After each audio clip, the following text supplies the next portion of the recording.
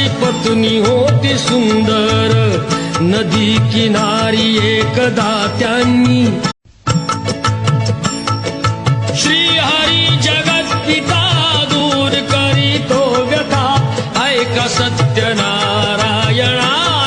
कथा।